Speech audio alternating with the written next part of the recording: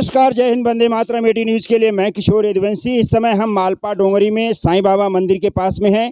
यहाँ पर मनसे द्वारा एक मेडिकल कैंप का स्वास्थ्य शिविर का आयोजन किया गया है। संस्था के कुछ कार्यकर्ता हैं, कुछ पदाधिकारी हैं। आइए हम उनसे जानने की कोशिश करते हैं कि इनका उद्देश्य कैसा है कि ये संस्था की तरफ से यहाँ पर स्वास्थ्य शिविर आयोजित किए हैं, भविष्य में इसकी क्या भूमिका रहेगी और लोगों को इससे क्या फ़ायदा होने वाला है भविष्य में। सर, पहले तो आप अपना परिचय दीजिए। नमस्कार, मैं रोहन सावंत, अंधेरी पूर्व विधानसभा विभाग अध्यक्ष, महाराष्ट्र नवनिर्माण सेना। आपने ये जो कार्यक्रम आयोजित किया है, ये मेडिकल कैंप जो लगाया है आपने, इसका क्या उद्देश्य है? सबसे पहले तो आप जानते हैं कि आज का जो माहौल है, पिछले 2 साल से लोग बहुत आरोग्य को लेके बहुत परेशान है। कोविड की महामारी से लोग त्रस्त है, लेकिन कोविड को मद्देनज़र रखते हुए अगर हम ध्यान में दें तो बाकी सब बीमारियां जो है, जो सालों से लोगों के साथ जुड़ी हुई है, लोग उससे परेशान हैं, कहीं ना कहीं उसके ऊपर नज़रअंदाज करने का काम कोविड की वजह से हुआ है। लोगों को बहुत परेशानियों का सामना करना पड़ा है। उसी को मद्देनज़र रखते हुए आज हमारे उपशाखाध्यक्ष संजय मालवणकर, जनहित के हमारे शाखा संगठक सदानंद पांचाल और हमारे यहाँ के स्थानिक शाखा अध्यक्ष तुषार राजपूत, इनके माध्यम से एक प्रस्ताव रखा गया कि क्यों ना लोगों के लिए एक आरोग्य शिविर समाज के लिए एक हम देना लगते हैं, इसलिए समाज के लिए कुछ करना है। इस प्रामाणिक भावना से राजकारण बाजू में रखते हुए महाराष्ट्र नवनिर्माण सेना ने इस आरोग्य शिविर का आयोजन किया है। अभी तक यहाँ पर कितने लोगों ने लाभ लिया है आपके शिविर का? अभी तक मेरे हिसाब से कम 125 से 150 लोगों ने अभी तक लाभ लिया है। यहाँ पे आप देख रहे हो कि आरोग्य शिविर अलग अलग तरीके का है। उसमें आँखों को लेकर, दांतों को लेकर और आरोग्य को लेकर, पूरे आरोग्य को लेकर इधर पे तपासनी हो रही है, इधर जांच हो रही है। डॉक्टर सलाह दे रहे हैं किस तरीके का आरोग्य हर व्यक्ति के लिए, किसी का बीपी हाई है, किसी का शुगर है, तो उसके हिसाब से उनको बताया जा रहा है। उनको उसके हिसाब से इलाज क्या क्या करना चाहिए वो बताया जा रहा है उनको, ताकि दी जा रही है।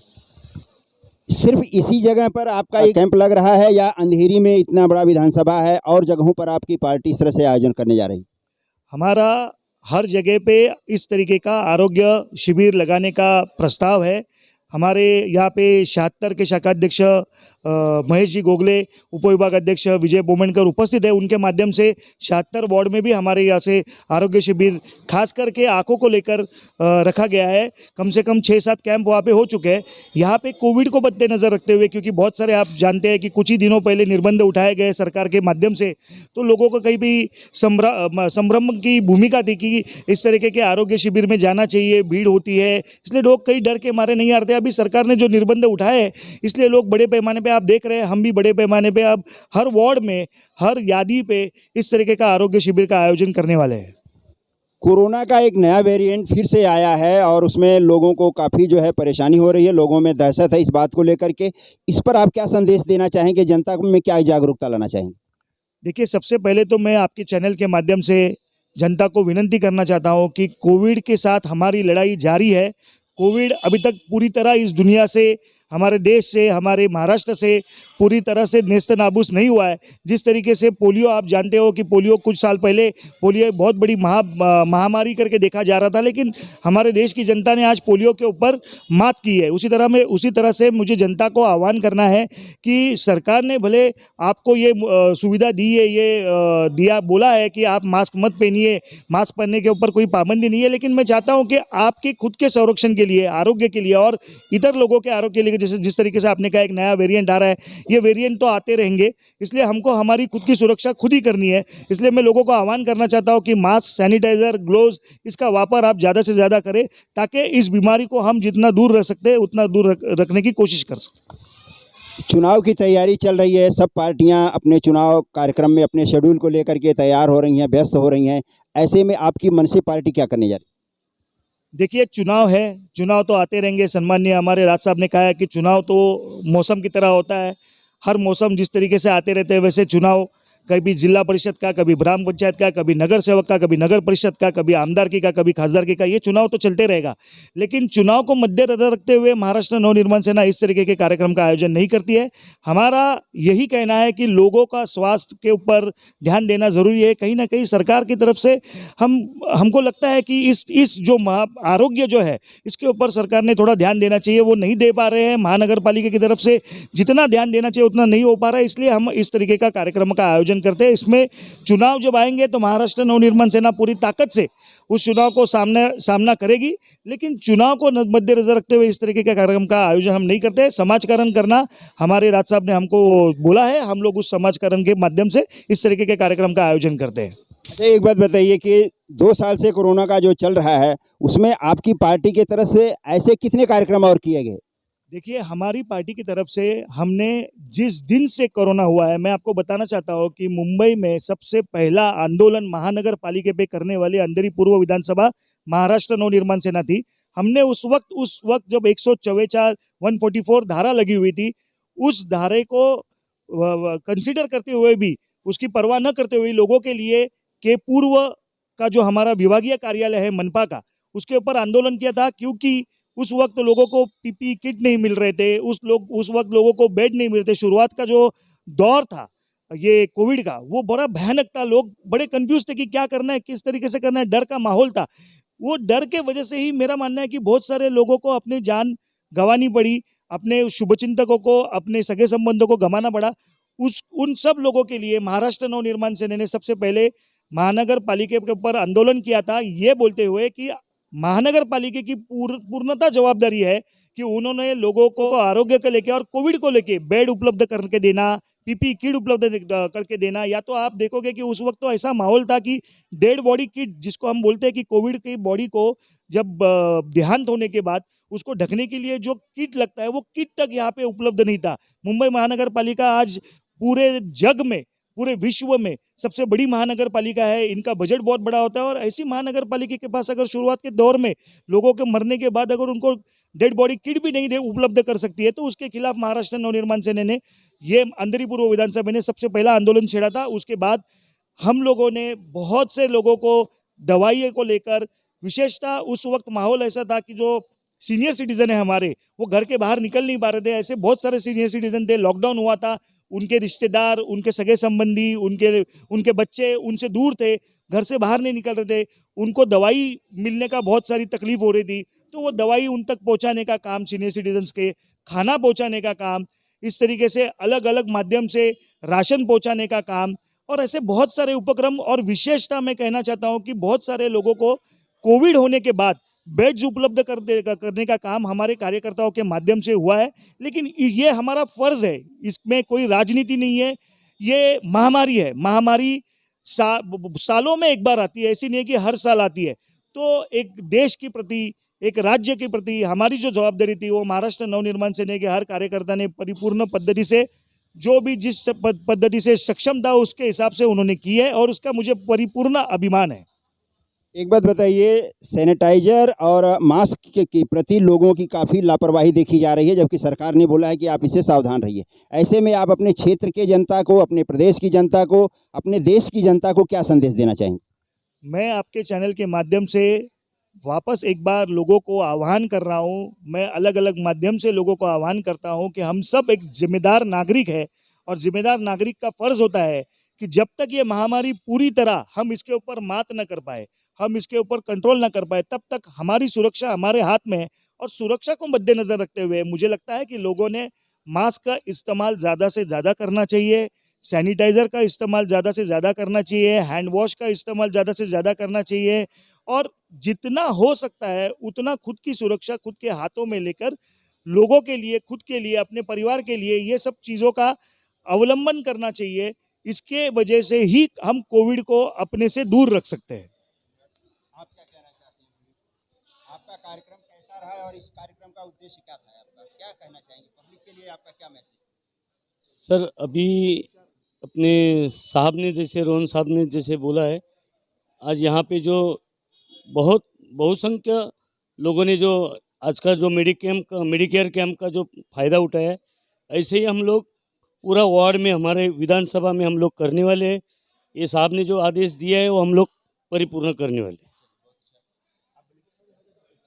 क्या कहना चाहेंगे इस मेडिकल कैंप के बारे में और आगे की क्या तैयारी है आपकी?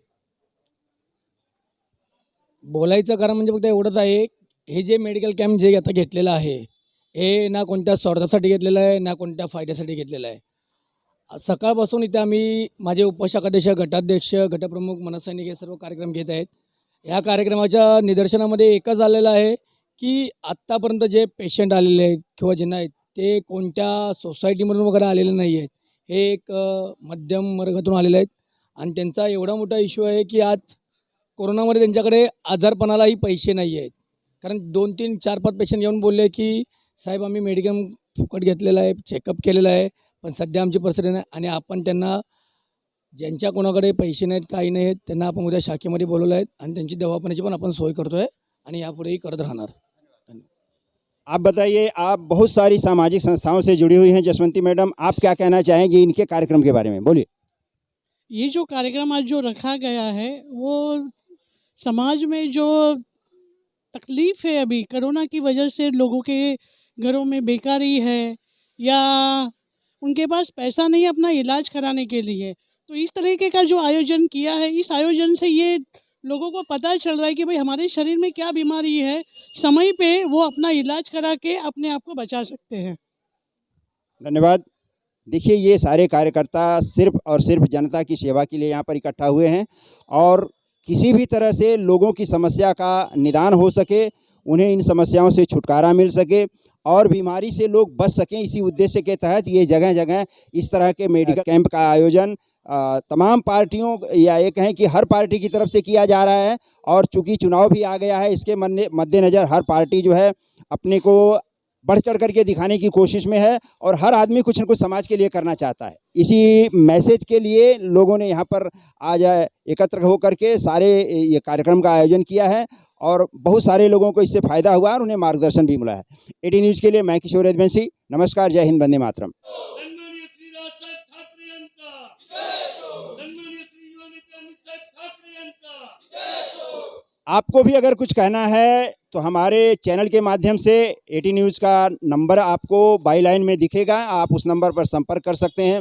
आप भी अपने दिल की बात, अपने बारे में अगर कुछ कहना चाहते हैं तो हमसे बेझिझक संपर्क कर सकते हैं। हमारे चैनल को लाइक, शेयर और सब्सक्राइब करिए और बाकी कोई भी समस्या हो आपकी, अंधेरी की या मुंबई की, कहीं भी किसी भी प्रकार की आपको कोई समस्या हो, कुछ कहना चाहते हो तो आप मुझसे बेझिझक संपर्क कर सकते हैं।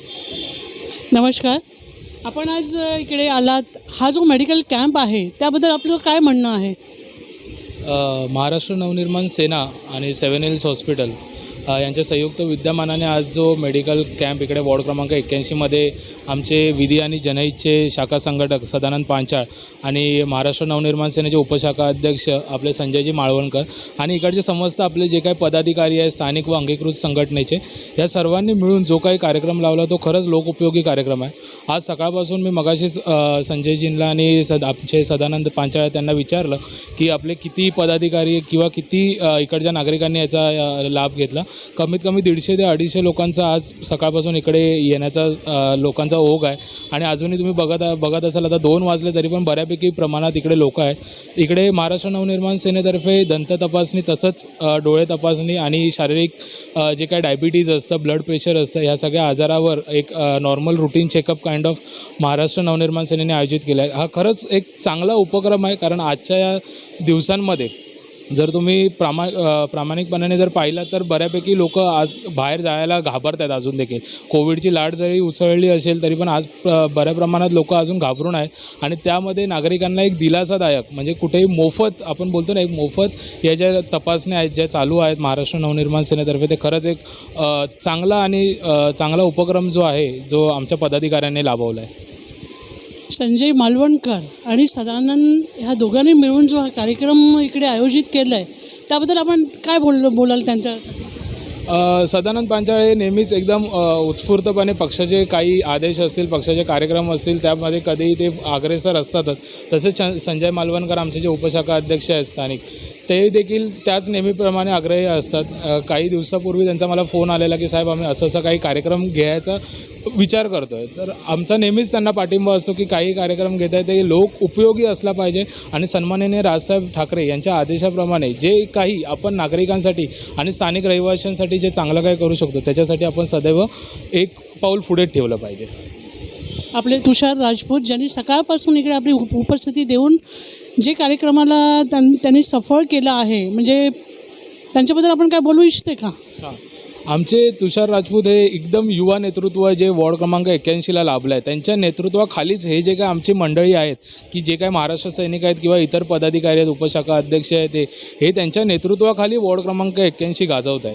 आणि तुम्ही जर बघाल आमचे तुषार राजपूत जे आहे ते एकदम कणखर आणि युवा नेतृत्व. असं नाही आहे की बाबा कुठेतरी एक करायचं म्हणून कामं करायची अशी नाही. जे युवकांसाठी देखील एक प्रेरणास्थानी राहून जी काही कामं होऊ शकतात त्या पद्धतीने त्यांची कामं असतात खरंच. आणि अशा कामांना मी यांच्या जे काही कामं वॉर्ड क्रमांक 81 तर्फे राबवण्यात येत आहेत त्याच्यासाठी माझे नेहमी सदैव त्यांच्यासोबत शुभेच्छा असतील. आणि अशीच कामं त्यांनी वेळोवेळी करून लोकांच्या उपयोगासाठी नेहमीच सदैव तत्पर असावं हीच मी त्यांच्याकडे विनंती करतो. आपण आल्यापासून बघत आहोत की किती लोकांचा प्रतिसाद आपल्याला ह्या कार्यक्रमाला मिळाला आहे. तर माझं म्हणणं हे होतं की आपल्या अंधेरी विधानसभामध्ये असे कार्यक्रम झाले पाहिजे, त्याबद्दल आपलं काय म्हणणं आहे?